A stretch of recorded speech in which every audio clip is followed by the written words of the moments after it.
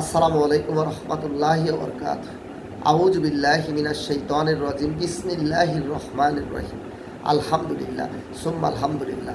আল্লাহ সুবহানাহু ওয়া তাআলার দরবারে লাখো কোটি শুকরিয়া। আল্লাহ সুবহানাহু ওয়া তাআলা দয়া করে মায়া করে শত ব্যস্ততার মধ্যে ফিতনা ফাসাদ থেকে ফারাক করে আপনাদেরকে সামনে নিয়ে কিছু দ্বীনি আলোচনা, কিছু আত্মশুদ্ধির আলোচনা করার তৌফিক দান করেছেন। এই জন্য দিল থেকে শুকরিয়া আদায় করি আলহামদুলিল্লাহ। জি আলহামদুলিল্লাহ। আমি প্রতিনিয়ত আত্মশুদ্ধির আলোচনা করে থাকি। আত্মশুদ্ধির আলোচনার মধ্যে আত্মার চতুর্থ ময়লা হাসাদ বা হিংসা নিয়ে আলোচনা করতেছিলাম।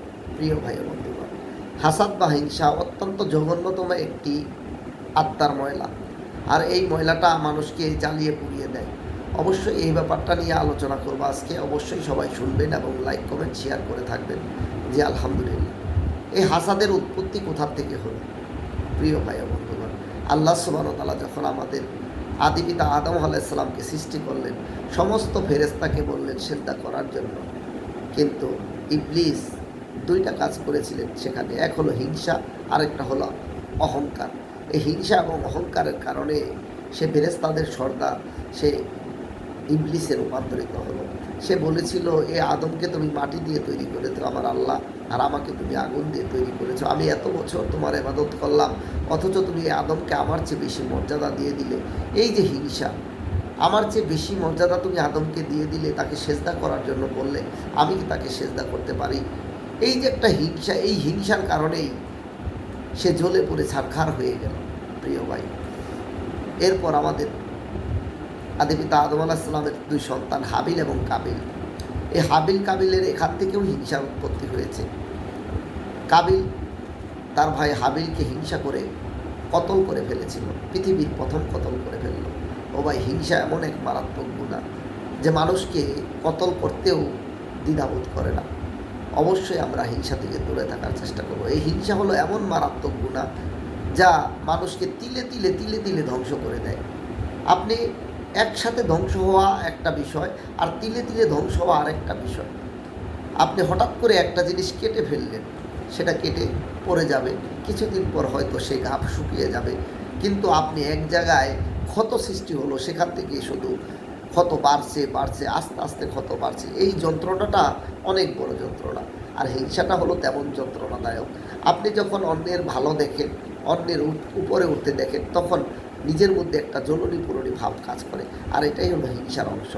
আপনি বা আমি হিংসায় আছি কি না এটা কীভাবে বুঝবো বলেন? আমি বা আপনি হিংসায় আছি কি না এটা বোঝার মাধ্যম হলো সবচেয়ে সহজ মাধ্যম।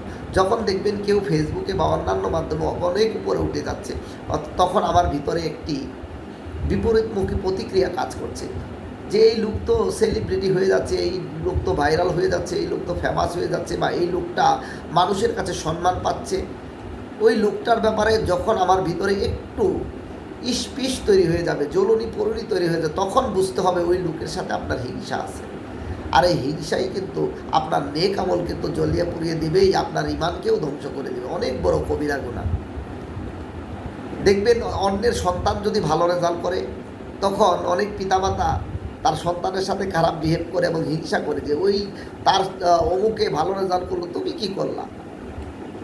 ভাই, হিংসা এভাবে না করা। হিংসা দুই ব্যক্তির ক্ষেত্রে করা জায়েজ আছে। এই ব্যাপারে আজকে গুরুত্বপূর্ণ কথা বলব। দুই ব্যক্তির ক্ষেত্রে হিংসা করা জায়েজ আছে। এক হলো এলেমওয়ালা, কোরআনের ধারক বাহক এলেমওয়ালা, যার ভিতরে আল্লাহর এলেম আছে, কোরআন আছে। ওই ব্যক্তি মানুষকে কোরআন শিক্ষা দেয়, সেই আমল করে এবং সেই অনুসারে আমল করে আল্লাহর কাছে অনেক পুরস্কার পাবে। তখন আপনি যদি মনে মনে বলেন, হে আল্লাহ, এই ব্যক্তি আমার চেয়ে অনেক বড় এলেমওয়ালা, সে অনেক আমল করে, আমি কেন করতে পারি না? মাওলা, তুমি আমাকে করার সুযোগ করে দাও। এই ক্ষেত্রে আপনি তার সাথে হিংসা করতে পারেন। আরেকটা হলো ওই দানবীর, যার অনেক সম্পদ আছে, সে সম্পদ থেকে দান করতেছে আল্লাহর জন্য, রিয়া না করে, মানুষকে দেখানোর জন্য না করে, ওই ব্যক্তির সাথে আপনি হিংসা করতে পারেন যে আল্লাহ, আমারও যদি এমন সম্পদ থাকতো, আমিও তাহলে তোমার রাস্তায় খরচ করতাম, ভালো কাজে অংশগ্রহণ করতাম।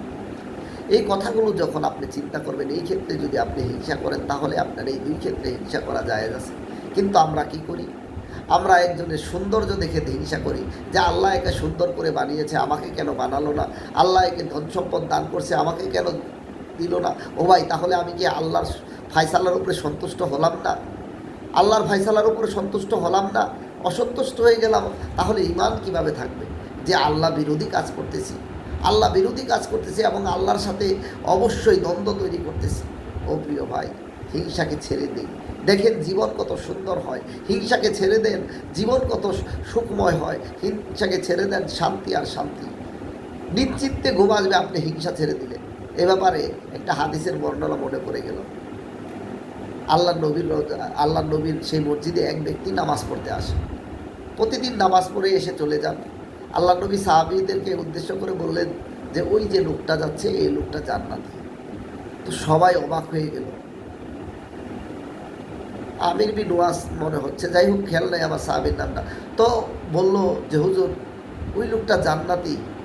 হ্যাঁ, ওই লোকটা জান্নাতি। তখন এক সাহাবী বলল কি ওনার পিছে পিছে গেল যে কী ব্যাপার, উনি কী এমন আমল করে যে এই লোকটা জান্নাতি।